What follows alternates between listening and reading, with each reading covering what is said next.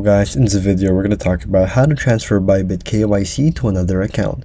So here you're in Bybit and you want to be verified. So I'm not verified. I will teach you how to do it in another setting right here. So the first thing you'll have to do is be verified into level 2. So verify now, submit everything you need, and then do an identity transfer once you're level 2.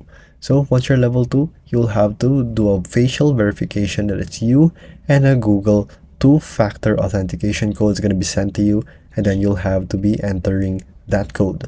Next is the identity transfer right here, and then press continue, and then from there fill in the transfer account number from the email, and then right here you will have to file it in already with the country that you're in and the phone number that you have registered to continue, of course. Next is the security verification again, so that you'll be able to be verified that it's really you. Then once that's done, the transfer is going to be successful, and it's all that simple. So that's how you transfer your Bybit KYC to another account.